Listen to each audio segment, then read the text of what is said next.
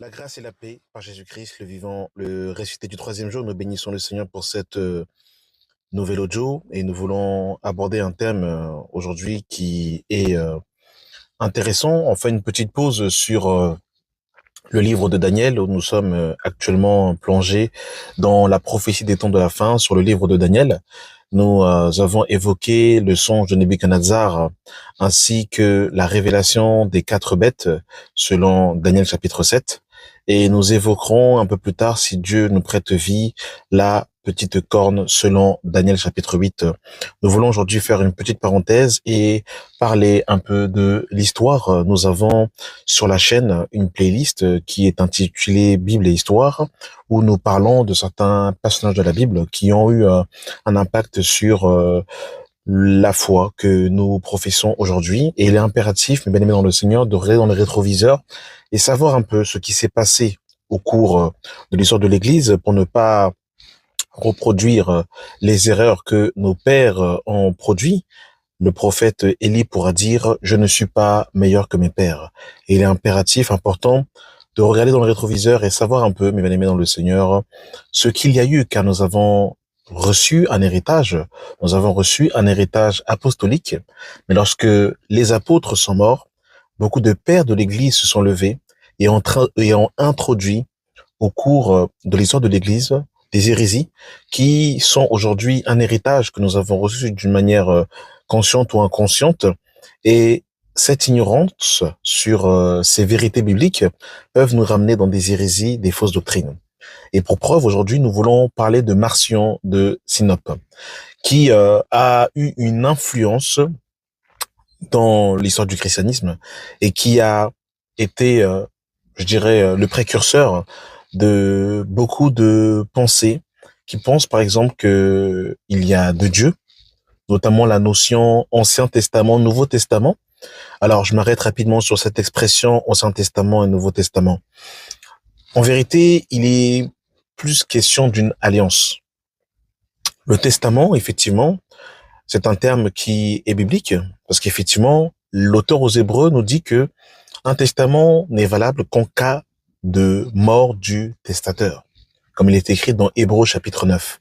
Et effectivement, Christ, en mourant à la croix, a inauguré effectivement une nouvelle alliance et également un testament. Dans la première alliance, en revanche, il n'est pas question de la mort d'un testateur pour qu'il puisse léguer un testament. Donc, il est plutôt fait mention du mot alliance. Et Marcion va également, je dirais, être, à l'origine de ces deux expressions, Ancien Testament et Nouveau Testament. C'est une expression qui peut paraître banale, mais qui a un impact sur, je dirais, la continuité de la foi, de la foi. En vérité, Marcion a voulu et a créé une scission spirituelle entre l'ancienne alliance et la nouvelle alliance. C'est pour cette raison que, déjà, au cours de l'histoire de l'Église, il y a toujours eu, mes bien-aimés dans le Seigneur, cette, je dirais, difficulté d'intégrer les païens. On peut le voir dans Acte 15, on peut le voir dans Galates chapitre 2, on peut voir l'épître aux Galates et l'épître aux Hébreux. Ce sont des épîtres justement qui ont été écrits pour justement restaurer la paix, l'unité entre les Juifs et les païens. Il y a toujours eu cette discorde, cette difficulté d'intégration, et on peut également le voir dans les épîtres de l'apôtre Paul. Dans la plupart de ces épîtres, il essaye de faire cohabiter le juif et le grec, qui ont été choses difficiles à faire.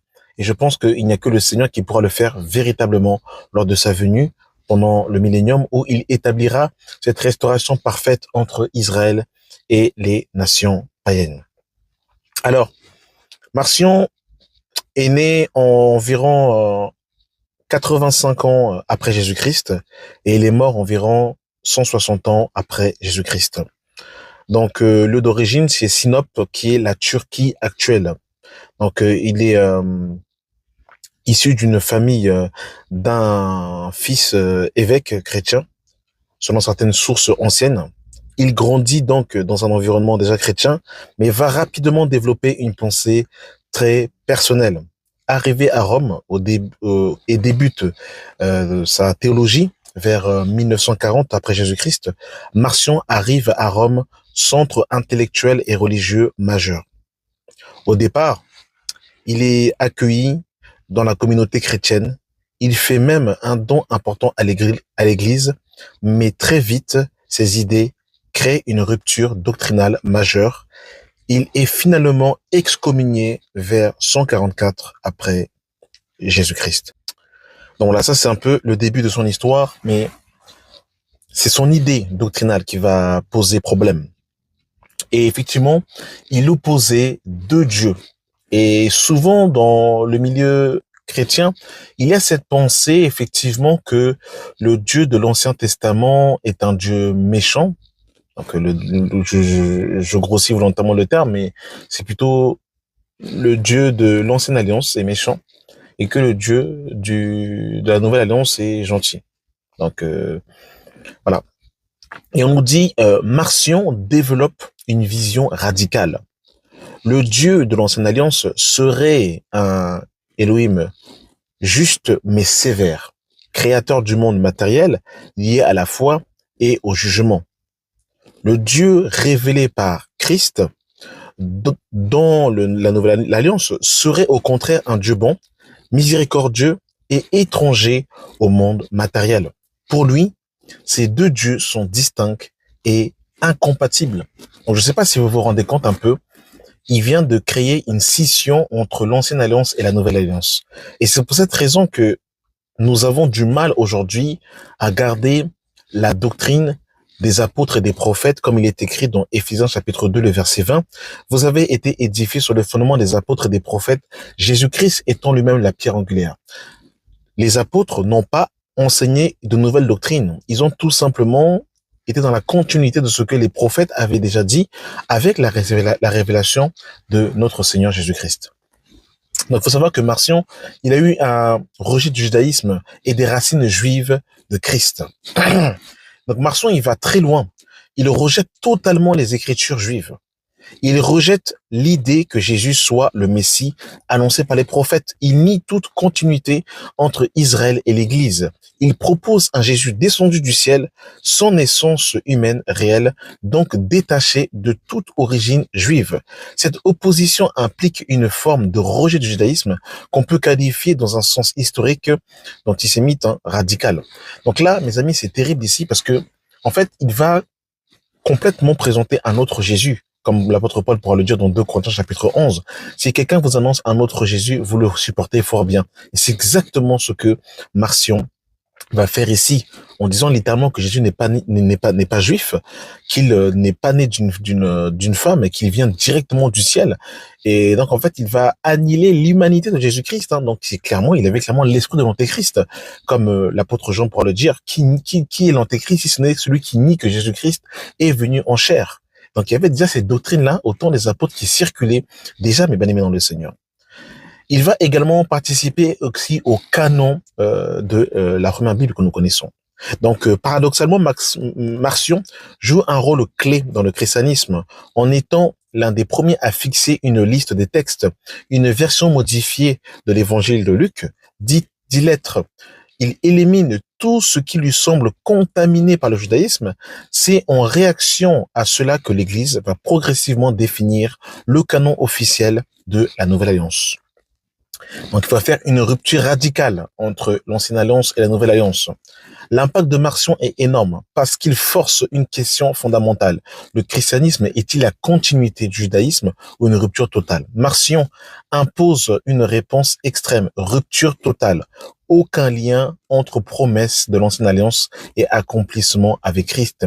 L'Église, au contraire, va affirmer l'unité de Dieu, la continuité entre les deux alliances, Jésus comme accomplissement des prophéties. Donc, bien évidemment, ces idées ont été rejetées par l'Église. Ces idées sont rapidement condamnées comme hérétiques, mais malgré cela, le marcionisme s'est répandu dans tout l'Empire romain pendant plusieurs siècles.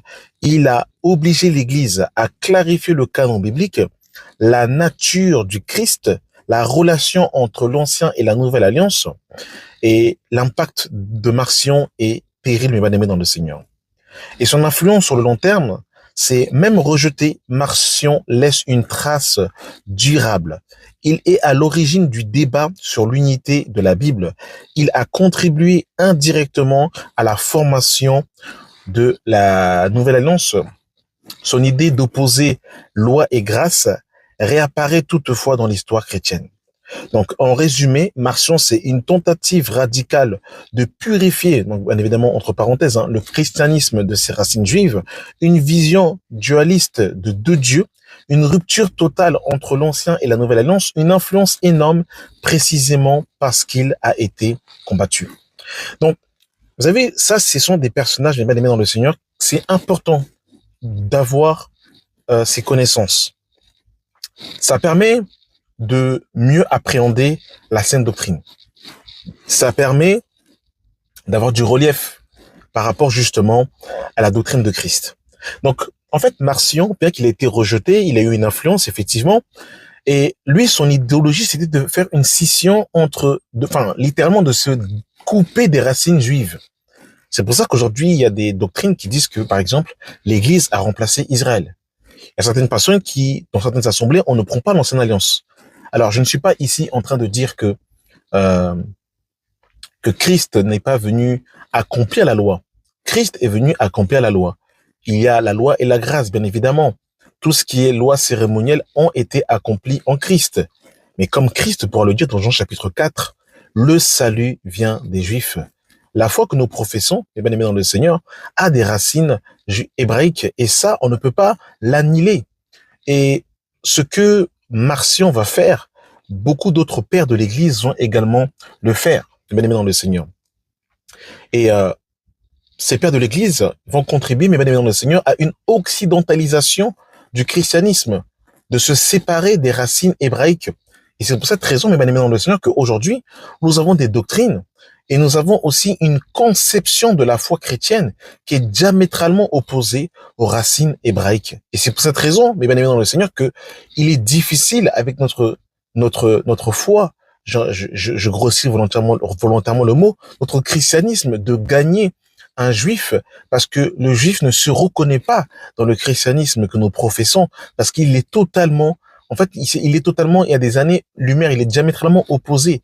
Et c'est pour cette raison également que nous avons du mal dans nos communautés chrétiennes, parce que nous avons l'impression que la parole est sortie de nous, alors qu'elle est sortie premièrement des Hébreux.